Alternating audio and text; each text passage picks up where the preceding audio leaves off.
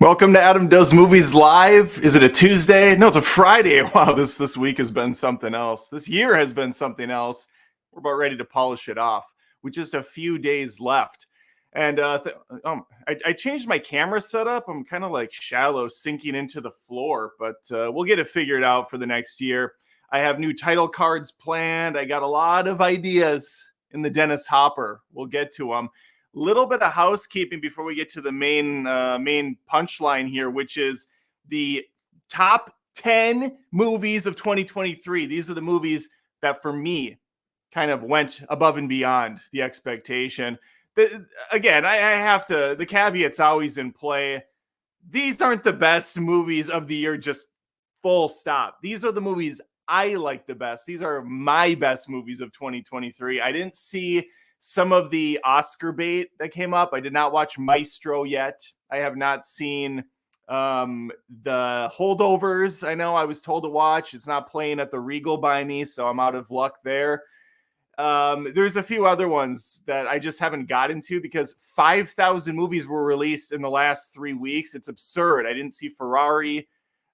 There's just too much. There's too much. This is not the be-all, end-all. It's just my all. Okay, and that's good enough. Super chats are the name of the game. I'll get to them periodically, but for the most part, we're going to push through this list, get it right. Let's do the housekeeping before we really fire things up. I hope my audio's on. Did I turn my audio on? Okay, we did that. That's good.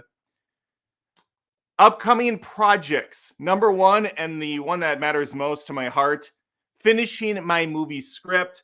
I am on page 70 of 90. And I got the ending done. So the beginning, middle, and end is completed. Now it's just icing on the cake. Now's the fun part. I get to go and flesh out some of the events, add some scenes if I want, put in some more jokes, some more character development, and then I can step back and I can just reflect and say, you know what, this is it. The hard part's over. Now the easy part of getting it greenlit by a studio for millions of dollars, getting it shot and out the door. It's all candy now. Another thing coming up for patrons and YouTube join members. I said patrons. It's Patreon, but you're patrons. It's messy.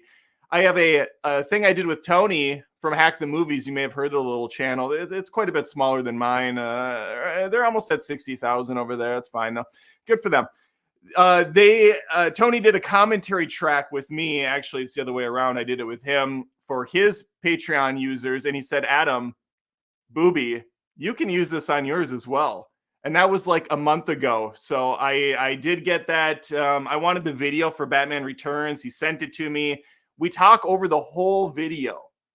And my audio was not set up properly. So it sounds really crisp and clear for about 95% of it until Tony said, Adam, I think you're speaking through a fishbowl. I said, oh yeah, my mic is not set up properly. It was doing a multi-channel instead of, singular towards me. But we got it figured out. It's still fun.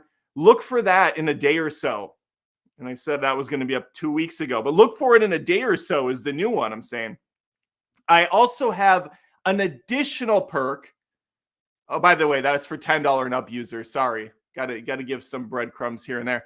There's going to be one for everyone, though, and this is also going to be exclusive to Patreon and YouTube Join members, which is a Mithril request for the TV show everyone's been waiting for me to talk about, Final Space. Yeah. I don't know. I'd never heard of this. I had to go into a Reddit forum and like look down a bunch of comments, and then I found a link that took me to it. Thankfully, it wasn't to some weird porn site. It was to a Final Space stream of the first 3 seasons. I watched the first full season and I put my review out. It's going to be up probably tomorrow or the next day along with that commentary. They're both going to be there at the same time, I promise. That will be for everyone over on Patreon and YouTube Join. Okay, third thing. What do I have here? I guess that was the third. Fourth thing, The Last Jedi. Jan Rose request, also Mithril. It's coming tomorrow. I have filmed it. I have edited my portion, and now I'm just peppering in all the footage. A lot of video footage to go in. It's going to clock in around 30 minutes. This is a big one. Next week, the goal is still to get the Matrix 4 roast out. Might not happen. Probably won't happen. But that's the goal. We set goals so that we cannot achieve them. Okay, but we have them there. That's the carrot. It might be 2 weeks from now. And then there are more roasts in the future from Mithril members, because that's the perk there. If you're a $30 Mithril member at Adam Does Movies Patreon or YouTube Join, every so often you can say, Adam, I want you to roast this film from a list that I have. It's a good time for everyone involved, I think, mainly for me. But one more thing, sorry, and then we're gonna get to the list. Lastly, I put out a worst of 2023 on the Tuesday live stream where I was dying and barely cognitive. This time around, I feel fresh as a daisy, so we'll take our time a little bit more. But I know a lot of people don't like watching live streams. They want to get right to it, and that's fair. I'm that way. So I will also create a video or two. I haven't decided if I'm going to split them or keep them as one of the best and worst of 2023 from my perspective. So look for that video before the beginning of next year. A lot of stuff on the horizon. I will be, after this, going on Twitch separately tonight. And I'm planning on actually editing some of my new bumpers for 2024. That's the goal. It's just work. It's all business tonight over here. All right, let's get started. I think I said everything I need to say. It feels like it took 5 hours, but we're 8 minutes in only, so it's not that bad. We do have some super chats, so let's just get them out of the way right now, and then we'll take a little break, an intermission or something later. But they are coming in pretty hog wild. And we have one from Hack the Movies. Speaking of Hack the Movies, Tony from Hack the Movies, shot out of a cannon, says, Adam, I can't wait to hear you pick a Shudder movie as your number one and talk about it for 15 minutes. I don't think I actually mentioned. Did I say during my little prologue here, or not a prologue, it'd be a prelogue, a pre-mortem, post-mortem, pre-mortem. I didn't say that I was on Tony's channel yesterday for 2.5 hours talking about all the movies that came out in 2023. Scratch that. Talking about some of the movies that came out in 2023 during the prelude. Scratch that. Talking about movies that went to Shudder exclusively, and then randomly a couple more movies. It was a shit show. It was fun as heck. If you haven't checked that out, I encourage you to go watch that live stream. Maybe tomorrow, not right now. Please don't watch it right now. But that Hack the Movies live stream was really fun. We had a good time. I was very saucy in it. I was a little maybe curmudgeon-y, a little bitchy, and that's okay. Thank you, Tony, for the $10 and for being a great friend this year. What a fun relationship we have. Did he give me another one? $2 more. Maestro. Is that a movie about Bob Cobb? That's a Seinfeld reference. I love those Seinfeld references. Tony and I mentioned about doing a Seinfeld video of sorts. We both have movie channels. It's in the name. Hack the Movies, Adam Does Movies, Adam Does Tony Does Movies, Does Adam. It's a whole thing.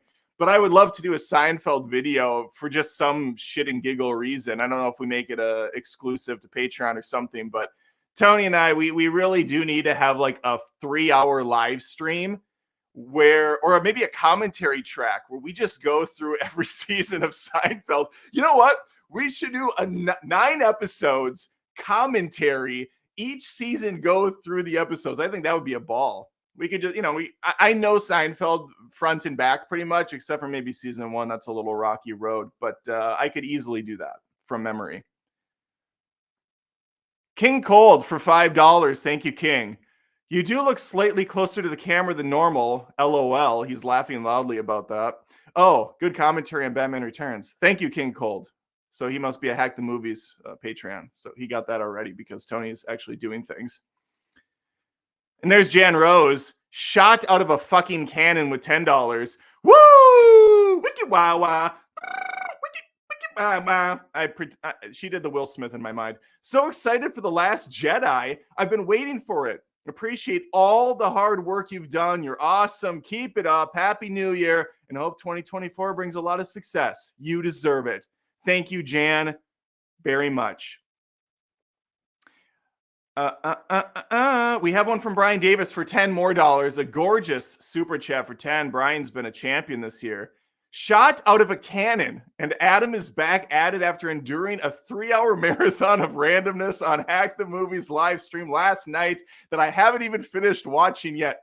Flood of content, folks. It's everywhere. And today I was with the fam. The kids and I went out. I taught my daughter a little coding at a coffee shop, and my son's into editing. Connor, also out of a cannon from the top rung.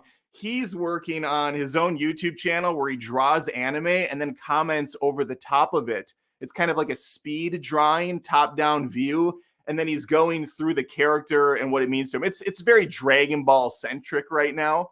He's really into Dragon Ball Z. Thank you, Brian. Yeah, I've been busy doing a lot of different things. King Cold for $5. If I wanted you to watch season 9 of American Horror Story 1984, what would be the best way to go about it? Just a little specificity.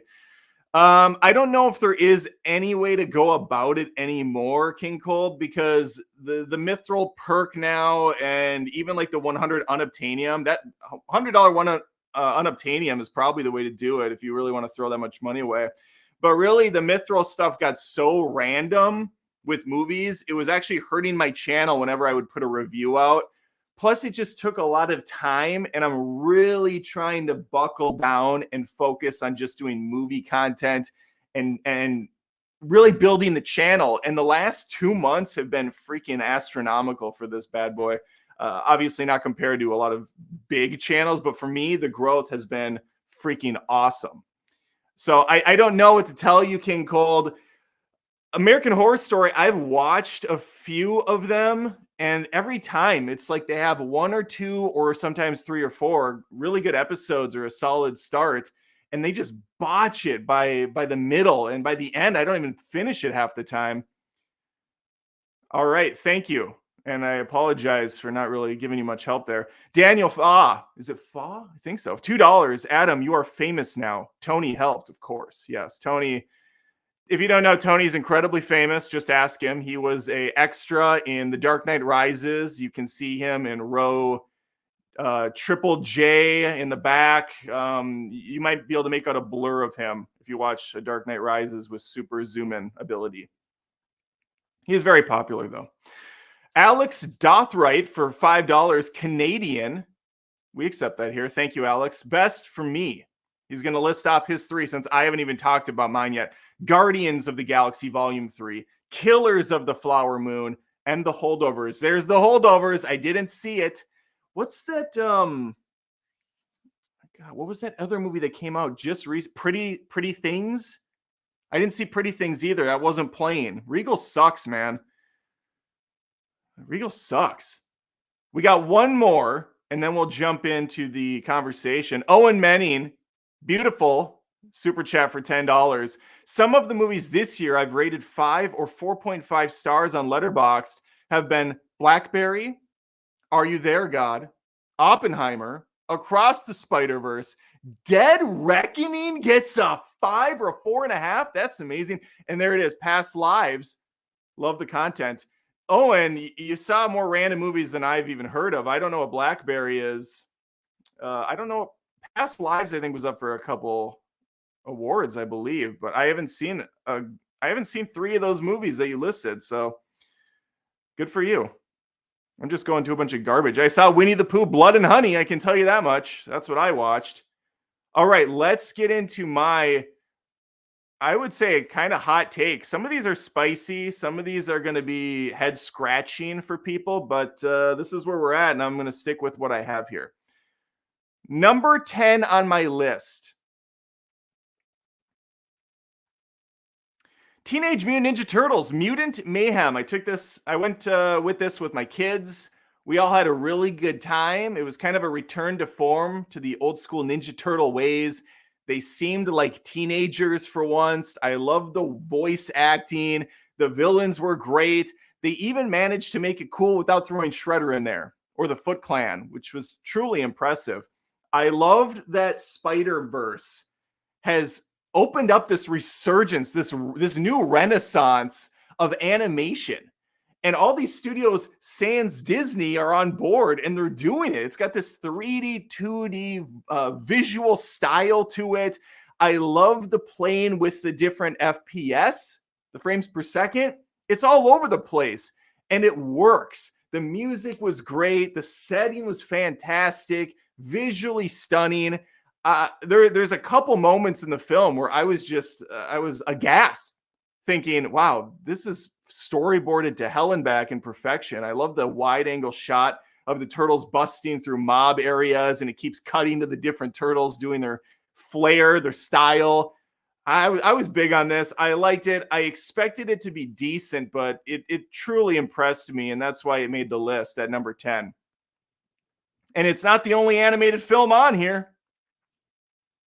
Let's go to the next one. Oh, we did not spend, according to Tony, you need to spend about 10 to 15 minutes on each one of these so that you get the monetization when you split them up for clips. I don't do that. We're moving on. We got shit to do. I also don't have a panel of people with me, which is going to save a lot of time. In the number 9, what is this, a freaking animated family affair we got going on? Another animated film, Puss in Boots: The Last Wish. Where did this come from? What is going on? Why is there a freaking DreamWorks animated film about a cute, lovable cat voiced by Antonio Banderas on the list? Well, because it blew my socks off. I saw this on a whim. I was amazed. I was shocked when I took my son. I believe we were in Minnesota at the time still. No, we would. Why the hell? 2022. No, we weren't in Minnesota. We were in South Carolina.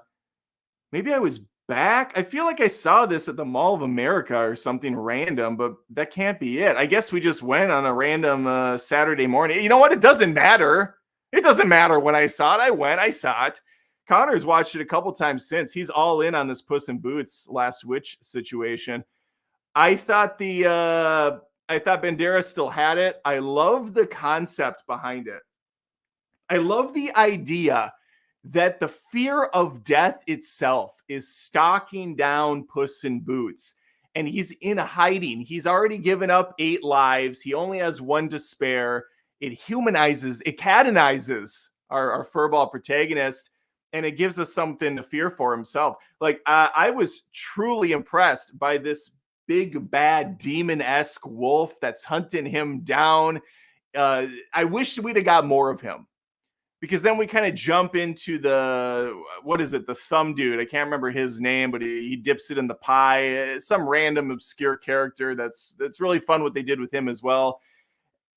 And then you have Goldilocks and the 3 bears tracking our cat. There's just a lot of fun, different elements at play and little stories that all really culminate to a great final act.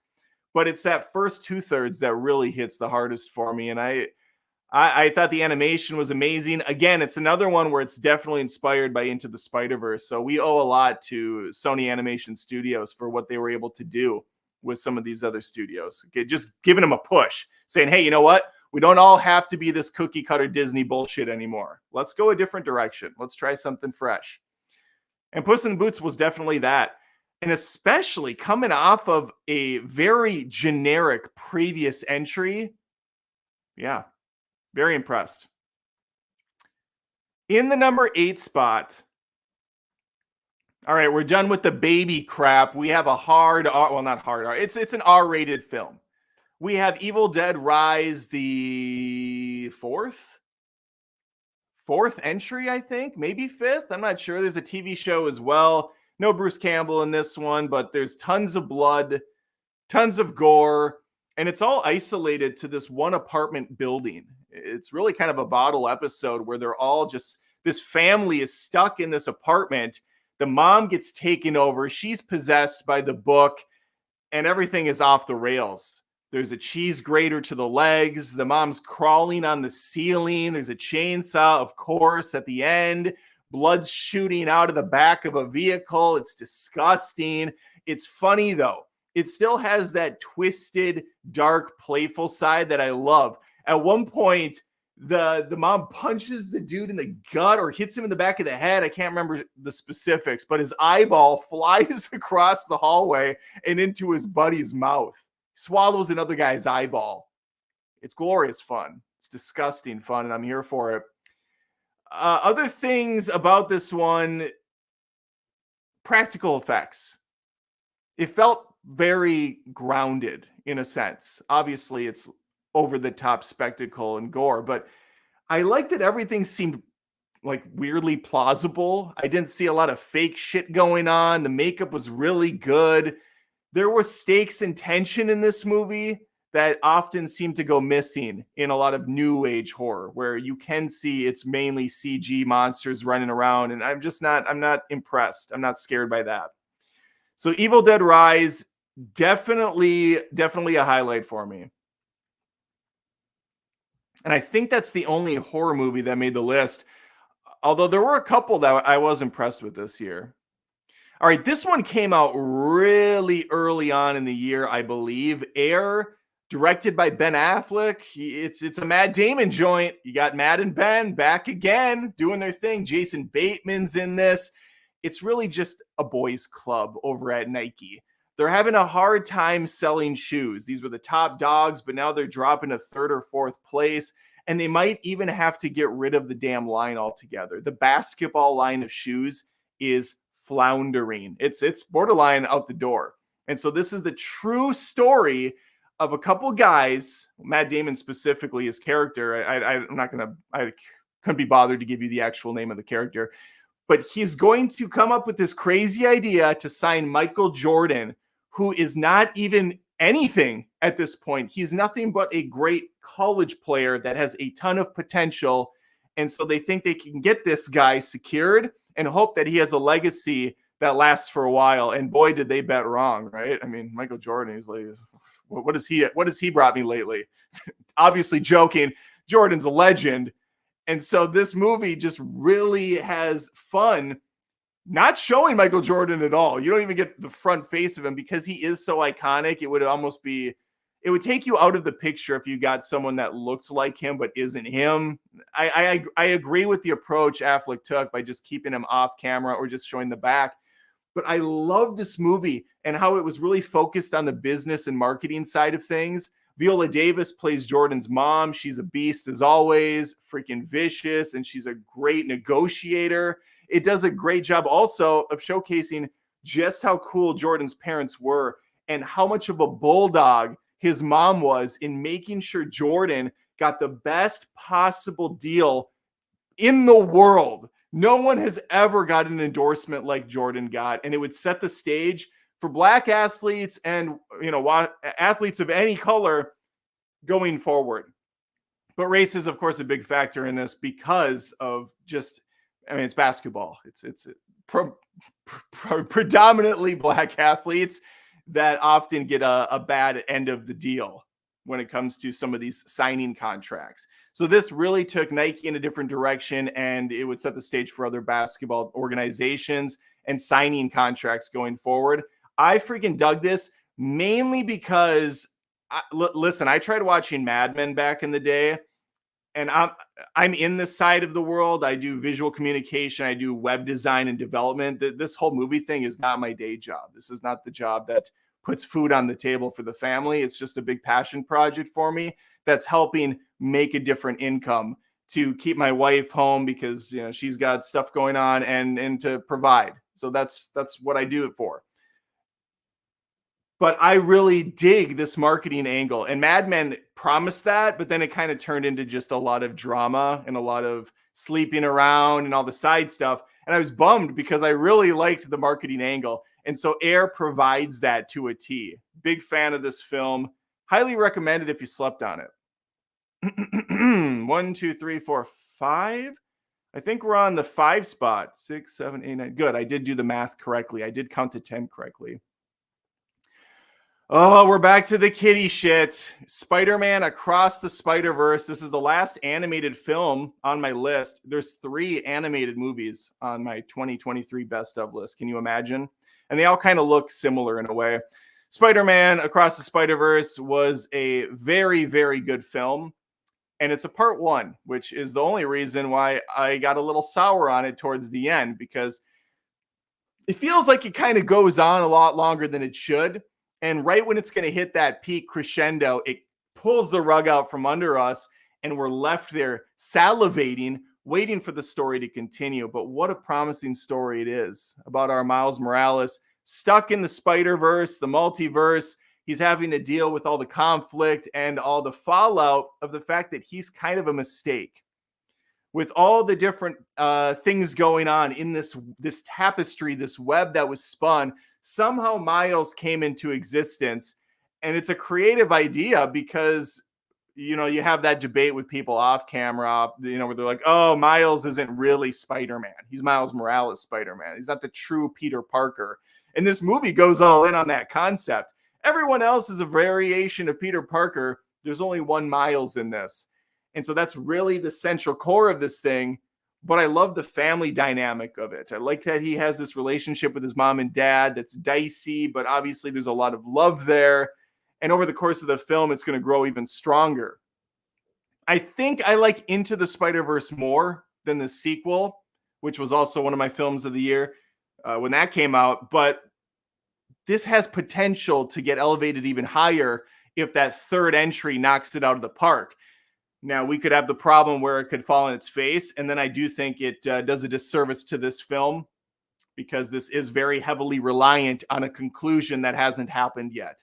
But as it stands, we have all the superficial things I can brag about, the wonderful visuals, the fact that they go in several different directions with the art style, which is both a pro and a con for me. I like the look of a lot of it. But I do think because they're so free-flowing with some of the visuals, Gwen's world looks a lot different than, Miles Morales' world, which looks a lot different than the Indian Spider-Man. I forgot his name. He was a highlight for me. Because there is a disjointed look, sometimes the cohesion's not quite one-to-one. There is a little bit of a separation that can throw you. But for the most part, visually stunning, and I really don't have any complaints about it. Even the runtime being 2.5 hours or almost 2.5 hours, whatever it is long, but it feels earned. And I feel good about this being at 5. We have a super chat to kind of break it up. Let me take a drink because I feel like I've just been talking like crazy.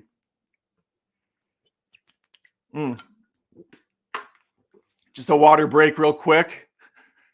Come on the bench for a second. Master Sergeant for $50. I forget the cannon shot, he says, and take the nuke for a great year of ridiculing 2023 crap as a big Snyder fan. Uh-oh, here we go. Rebel Moon was sucked. He led me there, but then we knew where he was going because Master Sergeant's made it clear.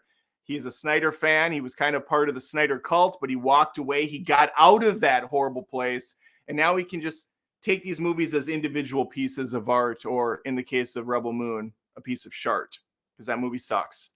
Also, I win, he says. Beat $50, folks. He puts down the mantle, the mallet. What's it called? You strike down with something. I don't know what it is. He's throwing something down, and he's saying, come get me. $50 is tough to beat. Master Sergeant, you've been awesome this entire year. I don't think anyone can really compete at this point, but I appreciate all the awesome super chats and support, sir. And yeah, the nuke shot off of a nuke. We'll have to come up with something that's more powerful than the cannon that can make any sort of sense. But I appreciate it. Thank you very much. We have one more here. Dieter Bastian, baby, for $5 funny money.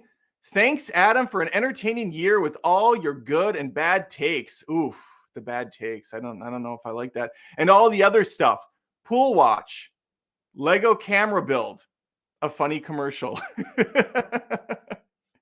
Dieter, I think Dieter's the one that sent me a link to. He had a conversation on a podcast with a guy, and they were talking about Godzilla -1. Dieter, if you're not the dude, I apologize. I thought you were, though, because you said bad take, which makes me think you're referring to Godzilla -1, Godzilla minus fun, as I like to call it playfully.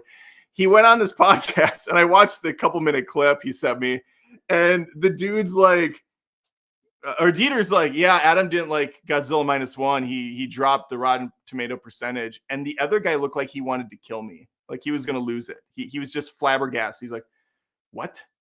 What? I'm sorry. What? Why didn't he like the movie? What is wrong? Why didn't he like this? And Dieter just kind of like threw me under the bus. He didn't really have a reason.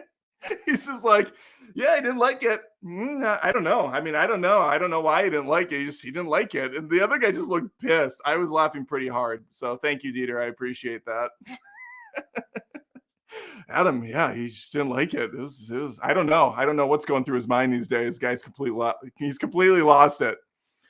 Speaking of Rotten Tomatoes, let's get to the number 4 spot. 4, 3, 2. Wait, what? Is this right? 4, 3, 2, 1.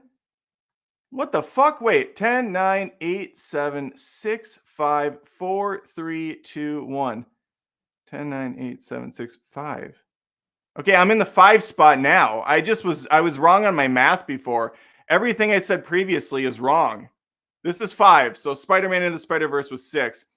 Speaking, my God, of Rotten Tomatoes, they have The Boys in the Boat, I think at like 58% or something. It's not fresh. It's rotten over there. Half the critics, over half, did not like this movie, or they didn't like it as much as they liked it, I guess would be more apt if we're going to use dumb words, which I tend to do. I love this movie. Yeah, I can see why maybe critics were eye rolling over it, because it's your kind of stereotypical 90s throwback film where a bunch of guys pick themselves up and they get the job done rowing boats for a college.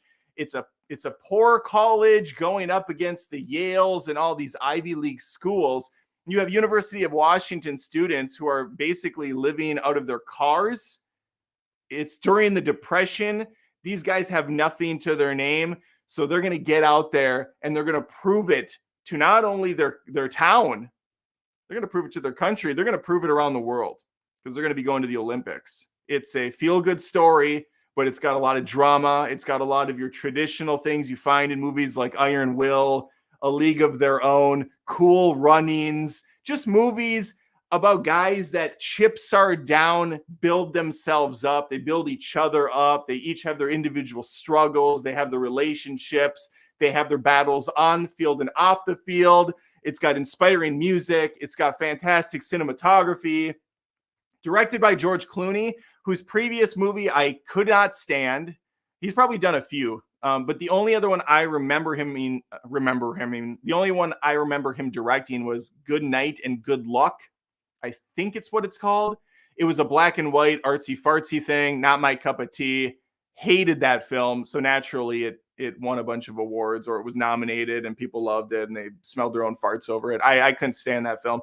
The Boys in the Boat, more my cup of tea. Is it basic? Yeah. But you know what?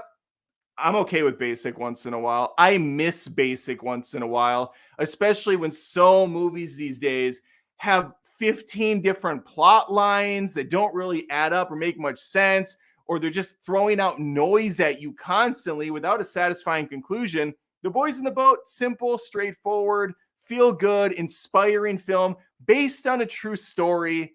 How based it is, I don't know. I think it's actually based on the book, which is based on the true events. So you have a couple layers here.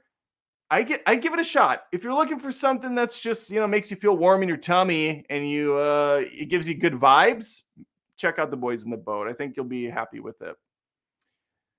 So now we're at 4. We're at 4. Guardians of the Galaxy Volume 3. It feels like this came out 7 years ago. This year, what's been going on with this year? Guardians of the Galaxy Volume 3, the final chapter for the Guardians, at least under James Gunn, as far as I know. James Gunn's moved on from Marvel. He's over at the DC world now, doing his own thing, restarting Superman from scratch with Legacy. But he left a legacy behind, and he left the last great Marvel movie behind over for the MCU, at least of now, and that's Guardians Volume 3. I think this trilogy is about as perfect as it can get. There are not a lot of movie trilogies that stick the landing quite like this did for me. You look at even the Christopher Nolan films, I think Batman Begins is okay. I'm not huge on that movie. Dark Knight, I think, is peak. And then Dark Knight Rises is a solid conclusion that gets a little goofy at times, but still very much a cool movie. X-Men drops the ball by the third one. Blade drops the ball off a cliff by the third one. It's rare when it works all the way through. Iron Man, incredibly inconsistent with a great first act, a super stupid second act, and a middling third that I enjoy, but I know it didn't land for everyone. We go to Guardians, though. Some people don't like the second one. They think it's a little too goofy. I think that's right where it needs to be. I love the shit out of that. Yes, some of the jokes undercut some of the drama, but this time around, that's not a problem. In fact, it's maybe a problem that it doesn't, because this is a very sad, dire movie a lot of the time. He films it in a way that does feel distinctly separate from the first two. It's a lot more gray. It's a lot more somber in both visual tone and communicative tones. Something else, something with the word communicate in it. Communicative. We'll get there. It worked, though. I love this movie. I like the inclusion of the new Disney animals that get to die horrifically in front of us. It was sad. He always does such a good job, James Gunn, of making me care about things that shouldn't really mean much to me. They're fake, artificial creations. But damn it, if that stupid raccoon rocket gets me in the feels every time. And shout out to Pratt, who often gets criticism for his voiceover work. That's fair. But damn it, he brought it here. The tears looked real. The emotion was raw. It was untethered. I was all in. I freaking love that scene where he's yelling over his buddy Rocket as he's dying. There's some great shots in this movie, too. Some really creative shots. Such one where Gamora's just chilling in the cockpit of the plane, and you can see the Drax and Mantis driving by through the road, through the window of this cockpit, and the way he shot this was just really unique, and it looked real. Something that most MCU movies nowadays forget to do. Make the movie feel real. Ant-Man and the Wasp, Quantumshidia, whole thing's in front of a soundstage green screen. I felt nothing through the whole movie. It's just a bunch of clowns jogging in place with stuff kind of getting animated in behind them. The same thing with Thor: Love and Thunder. It's embarrassing how little they care. James Gunn puts in the work in these movies, and it's up there. You may not like them, and that's perfectly fine, but I don't think people can deny that the passion's on display. Whether it lands, that's personal opinion. I love this movie, though. Really dug it, and a great send-off. Hopefully these characters don't get ruined in the future without him. In the number 3 spot, now we're getting to adult movies. Now we're getting mature. We're taking the champagne glass, smelling it, and explaining what the contents are. This is Martin Scorsese, folks. This is top of the line beef, grade A. I think grade A is the best you can get. I don't even know. I'm not a beef I love beef, but I don't have the funds to go out to a butcher and be like, give me your best cut. What's the best cut of meat? Killers of the Flower Moon. You got DiCaprio back again. You got, who else is in this? Lily Gladstone is playing the main Indian woman. She's chips are down, of course, because she watches all of her family members die every few years from disease on the land or from something more maleficent. Robert Downey Jr. Robert De Niro may know something about that. He plays a friend of the tribe, kind of, not really. Actually, you know what? I said Indian. I meant Native American. I apologize. People got upset when I said Indian last time. I did it again. It's nothing personal. I love everyone uniquely and completely. Okay, I just I screwed up on I screwed up on the terms. American Indians are on a reservation they've had for a long time. De Niro's there, pretends to befriend them, but really he's poisoning these people. He doesn't give a shit about them. He wants their land. He wants their wealth. He wants their oil. So he's going to use his grandson, played by Leonardo DiCaprio, to fall in love with this woman, or pretend to be in love with her, and just basically use him as a means to get the money from her once she dies. It's a disgusting story because it's true.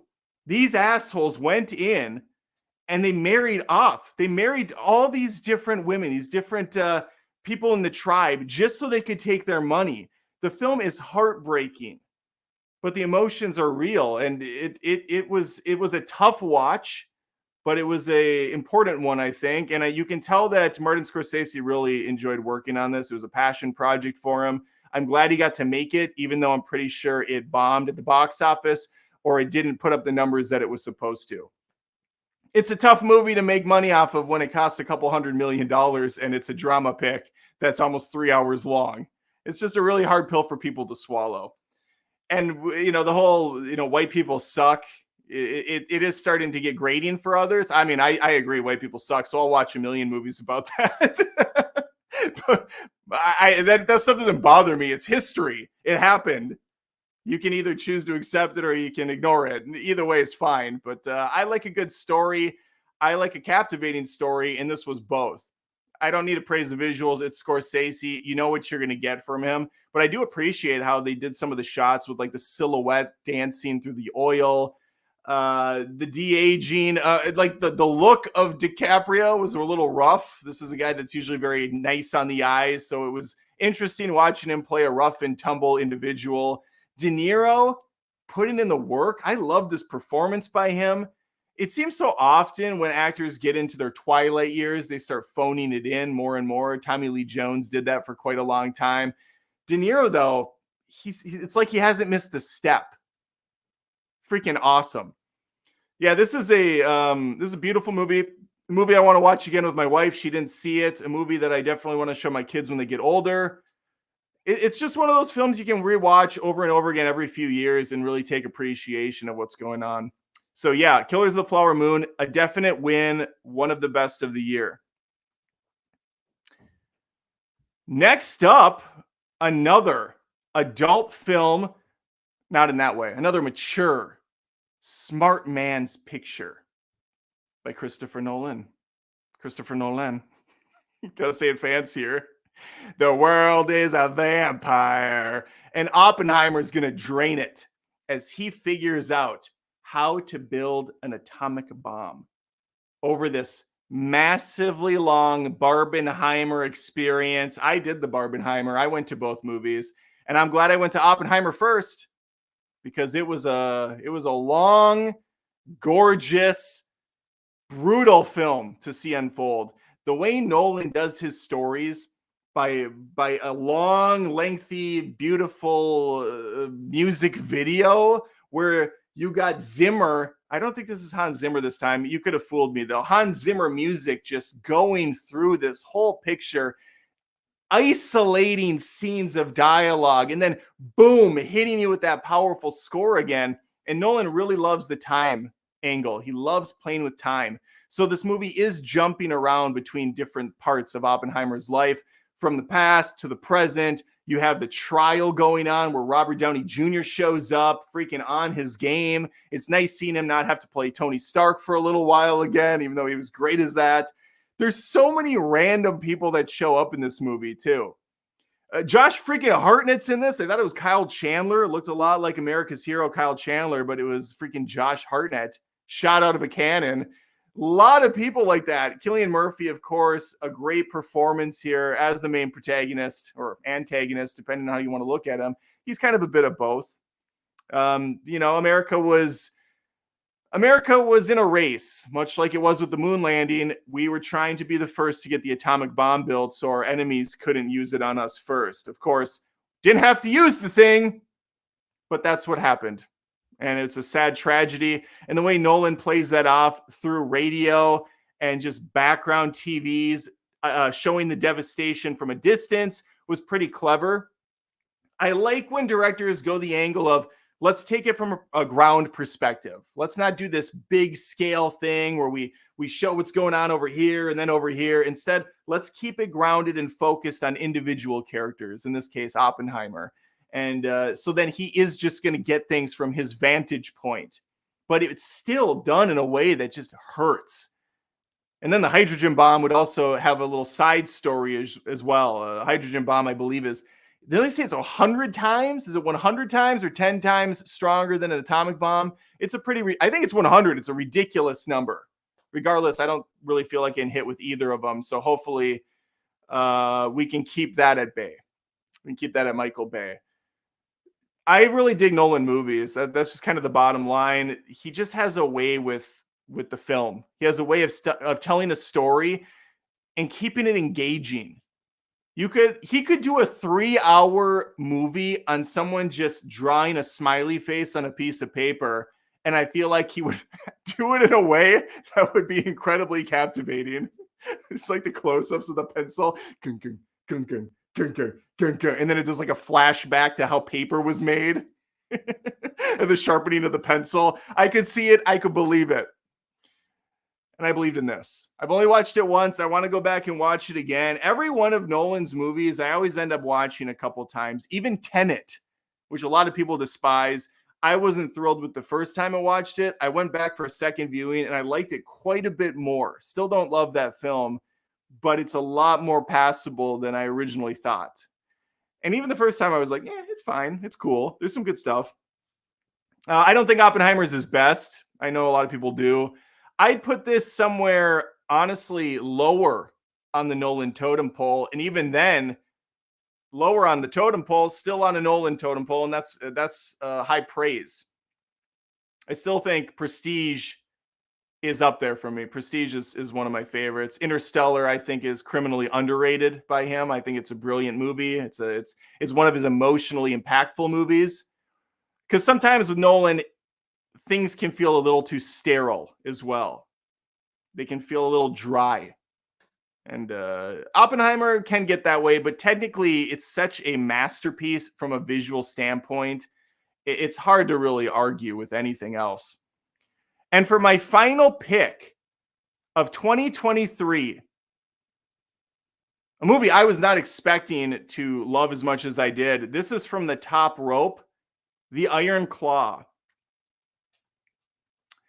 The Iron Claw, the Von Erich story of 5 brothers, it's only going to focus on 4 though, is freaking traumatic as shit. It's a very sad movie, but not as sad as a lot of people are saying. I don't think it's like depressing all the way through. There's a ton of heart in this film, a ton of kindness in this film. I really have nothing bad to say. A24 is so dicey for me. There's so many hits and misses, but they always go all in with them. It's never, oh, this movie was okay. It's almost always, I freaking hate this movie, or I really like this movie, because they're so polarizing. And The Iron Claw was definitely on the I freaking love this movie side of things. Over 2 hours long again. I think the greatest joke this entire year has been played on me. I don't know how many people have watched over this course of the year, but I've bitched like a little, I don't even know. I can't come up with a metaphor I can't come up with an analogy on the fly. I've bitched like an old man about a kid getting his ball off my lawn the entire year about movies being way too long. And my top 3 movies are well over 2 hours. 2 of them are like over 3.5. So Iron Claw, it's 220, I think, maybe 230. It's a long movie, but man, is it good. I liked every single part of this film, from the super sad lows to the super high highs. The brother dynamic in this is perfection. I believed it. You could see the love on these guys. Zac Efron completely surprised me with his performance. Yes, the wigs are hilariously bad in this. Who cares? Who cares? They have bad haircuts, they have bad wigs. It's fine. I thought maybe it was going to be artsy fartsy with the wrestling. No, they show the wrestling. They show the cheapness of it. They show the raw strength it takes. They show the ugly side of it, doing the drugs, putting on the weight, throwing up. It's all there, warts and all. Someone asked me, Adam, do they like pretend that this wrestling stuff is real, or do they show that it's all fake staged? They do both, because it is both. Yes, it's staged. Yes, there is predetermined outcomes. Yes, they practice their moves together. Yes, they have teams that go off against each other based on popularity, but they're also giant dudes that work out 24/7, and they do have to be physically capable of taking these hits, landing on concrete, and getting up and doing it again the next day. So yes, fake, but also very real at the same time. And you find out just how real this shit can get as this movie goes on. And I'm not going to spoil any of the sad stuff. I mean, I would encourage you to go out and watch it, because it does really, it's so much more elevated than anything else I saw this year. Not only because of these believable performances, but because of how the story unfolds and how they foreshadow some things, and how the dynamic with the dad and the sons plays out, and even the mom kind of in the shadows, a shell of her former self, and the fact that the youngest brother is killed off camera before the movie even starts. Like, that's not a spoiler. That's how the movie starts out. There's a picture of the brother next to the other four. And so it sets the stage right away for, yeah, this is a cursed family full of tragedy. The cursed angle is really cool as well. I don't personally believe in superstitious stuff like curses, but I do believe that people can manifest within their own well-being, their own psyche, kind of a curse on their own. It's not technically called a curse, but you basically are setting yourself up for failure by getting in the mindset that you're going to fail. By telling yourself over and over every day, look at all the tragedy in my life. It's only a matter of time before it happens to me. And when you put that kind of shit out into the world, you're going to get that shit back. And that's very much at the heart of Iron Claw. There is the relationship side of things. It's just, overall, I love this. I can't wait to watch it again. I want to show my wife when it comes out on streaming, because she hates going to the theater because people are trash now, and theaters suck for the most part. But this movie's not bad at all. I really liked it. Nothing negative really to say, which is rare. I gave it 5 stars. It's, I think, the only movie all year I gave 5 stars, because I guess I'm just a bitch like that. Okay, those are my movies of 2023. I think I spent a fair amount of time. Yeah, I've been time for almost an hour. If there's any more super chats for the year, this is the last live stream of 2023. There's going to be a little bit of a change up next year. The days will still be Tuesday and Friday, but I'm going to play around with some different stuff. I have some ideas, and it's going to start up on the next stream Tuesday, if not Tuesday, Friday, but I'm really going to hopefully try this out on Tuesday, see if it works. I'm thinking of doing more of a variety type of live stream where essentially I will be a host, like a Jimmy Fallon or a Conan O'Brien, and I would go through the news of the day, the movie news that's come out over the weekend, tell some jokes, do maybe like a 5-minute opening monologue, and then I will have some pre-canned videos as well that will be up on the channel later, such as maybe a top 5 movies where someone dies by a boat, like just some random stuff that's maybe relevant. Since it's going to be January, maybe the worst movies that came out in January in 2022 or something. And then those will get introduced. They'll come up, then it'll come back to me. I'll introduce the next thing, and maybe we do that 3 or 4 times, and then at the end I'll take super chats just to see how it goes. Maybe it'll just be a thing I do on Fridays. I don't know. I'm excited to try it out. Hopefully it goes over well. If not, we can go back to this. That's fine too. But I'm always looking for ways to separate myself enough from what everyone else is doing, just so that you have another reason to kind of tune in. Because there's a lot of content on YouTube, a lot of videos getting uploaded, And there's a lot of movie stuff too. A lot of guys in the same field as me. Some of them I've met this year. We've become good friends, and I hope to do more collabs with in 2024. That's going to be a big push. But also, I want to stay different. So we have the we have movie roasts over here. I think that's pretty unique. The movie roasts come out a couple times a month. Then we have these live streams, which have been awesome for 2023. And hopefully I can kind of grow that out to something even more special in 2024 with, of course, everyone's help. Okay, let's do the final super chats of the night. And then what are we at? 10:30 almost. And then I'm going to jump on Twitch and do some editing. And I think that'll be kind of a fun experience for everyone that wants to join me. It's twitch.tv/AdamDoesMovies. If you have a Jeff Bezos subscription to Amazon Prime, an Amazon Prime membership subscription, whatever, you also have a free Twitch subscription that you can use over there. Otherwise, Jeff Bezos gets that money. It's a $5 a month thing that's free for Amazon Prime members. So you go to Adam Does Movies. You go to twitch.tv/AdamDoesMovies.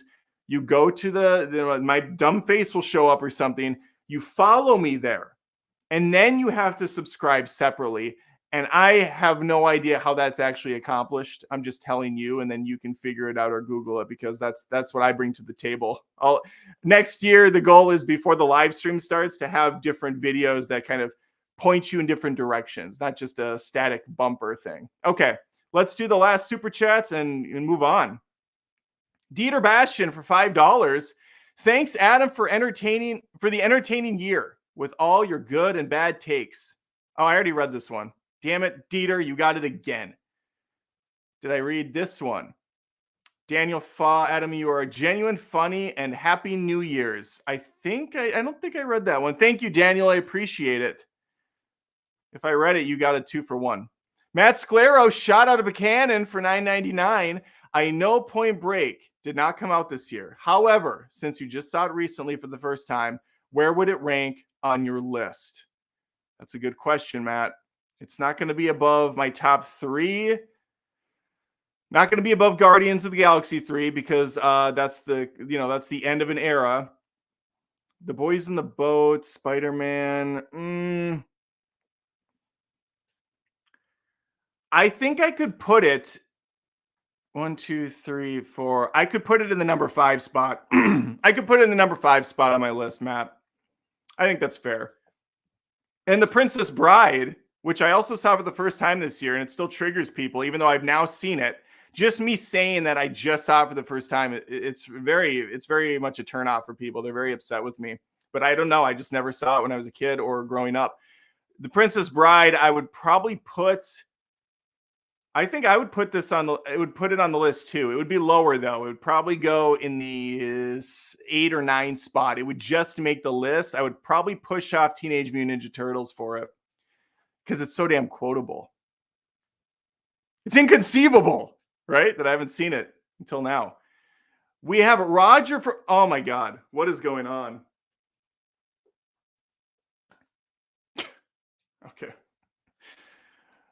Roger for $199.99. Unreal.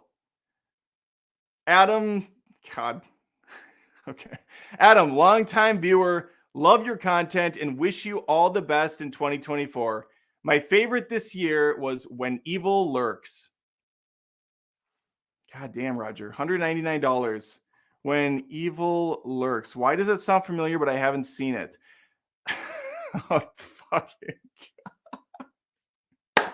Roger, were you on the Hack the Movies live stream last night? Because they talked about When Evil Lurks for like an hour, I swear. It just never ended. When Evil Lurks, is that the Shudder exclusive? You don't have to answer. I think that was the Shudder exclusive. But yeah, they seem to really like that movie. I'm going to have to give When Evil Lurks a shot because a lot of people seem to really love it. Thank you, Roger. What an amazing super chat. You guys are awesome. Absolutely unbelievable. Unbelievable. Bubba for $9.99. Bubba, you don't need to be doing that. The stepbrother, Bubba, he's a brother. He might not be blood, but he's close enough. Here's to a new year. And also, Bubba, thank you for moderating. He's not getting paid for this, guys. Bubba, special shout out to Bubba for moderating, pretty much the entire year since I started doing live streams. He's been freaking awesome. He texts me like, Adam, I'm going to be late. I don't know if I can make it. Like, you know, there's millions of people watching. He takes it very seriously. He's always around. It's just been great. So thank you, Bubba. I appreciate it. What a fun year it was. Thanks all who showed up in chat and made it so much fun to hang out with everyone. A great community to be part of. Happy New Year's. Thank you, Bubba. Always class act. Can't get over that $200 super chat. Joe Pinaccio for $10. Thank you, Joe. Happy New Year, Adam. So happy I found your channel through Hack the Movies, and I look forward to what you do in 2024. What movie are you looking forward to in the new year? Nothing. I don't know what's coming out in 2024. I feel like I did a video on this. Maybe I need to do a video on this for the next live. 2024 upcoming movies. Did I do? So we have Joker 2. Oh, gross. That shitty Mean Girls remake thingy mabobber. We have Fall Guy, which looks all right, but I'm so sick of that trailer. Inside Out 2 will probably be good. Argyle looks weird. Night Swim. Oh my God, that Beekeeper movie. I guarantee you that's going to be the Monday Mystery Regal thing. I'm just going to be miserable if it's Beekeeper. That looks like hot trash. What else? Red One. Why have we not got a Hobbs and Shaw 2? That's my question. Where's Hobbs and Shaw 2? You know what? I'm going to say Furiosa is really got me interested because I think it looks kind of bad, but I love Mad Max Fury Road so much that I just refuse to believe that he's going to do that bad of a job with the sequel. I'm also very curious how the new Planet of the Apes trilogy is going to go. What's this new one called? Kingdom of the Planet of the Apes. I'm really looking forward to that because I love that other trilogy. I'm just kind of glancing through it. I'm grazing over the movies. So Deadpool 3, of course. I love Deadpool 1 and 2. I hope it's not just a cameo show the entire time and there's actually some substance to it, but who knows? A lot of movies I guess I'm looking forward to. Just nothing sprang to mind right away. Oh God, there's another Bad Boys movie. Bad Boys 4. Bad Boys for Life. Of course. Of course. Thank you, Joe. Appreciate it. Got two more here. Johnny D5 for $4.99. Thank you, Johnny. Happy New Year, Adam, from my wife and I. Thank you, Johnny D5 and Wendy D6. I don't know your wife's name, but that's going to be a placeholder. I appreciate it. That thumbnail is just frightening. It's a gorilla with shades on, it looks like. I don't know if that's a movie. Might be a movie I haven't seen. Maybe some sort of a deep cut. Jan Rose for $2. Thank you, Jan. At the end here, at the bell, Barbie, Oppenheimer, The Holdovers, and Godzilla. I assume those are Jan's favorites of the year. Godzilla.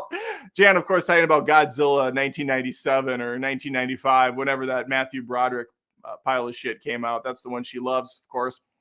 Jan, I'm going to tell you, Barbie, I tried showing the family. I'm very proud of my review on that one. I was very mixed on Barbie. I thought it had a lot of pros and a lot of cons. And after trying to watch it again, those cons are standing out way more. I stand by what I said. That movie should have been 90 minutes, cold out at 90 minutes, but it's a 2-hour chore to sit through with a lot of good spots sprinkled in. My wife hated it. Lindsay hated it. She walked away at about an hour in. Olivia, my daughter, loved it. She was a big fan. So we got one. Connor, of course, girls, gross. Connor tried. He's sexist. What can I say? My 11-year-old he's garbage. I do my best, but it's baked in somehow. He refuses. He just refuses. He doesn't think women are cool. He doesn't like the strong female leads. It's just rare when I can get him to even make a compliment. I know he's an 11-year-old boy. We'll get there with him. But it's a tough uphill battle. Connor likes what he likes, and he certainly hates what he hates. He likes the anime girls, though, I notice on Dragon Ball and One Piece. Doesn't seem to have any complaints about them. God. All right. On that note, thank you guys very much. Wow, what a night. This was awesome. What a night. Okay, I'm going to go on Twitch. I'm going to put some work in over there for probably an hour. So feel free to swing by. It's usually a ghost town, but we chat it up while I struggle to edit some new intros. And yeah, awesome year. We'll see you soon.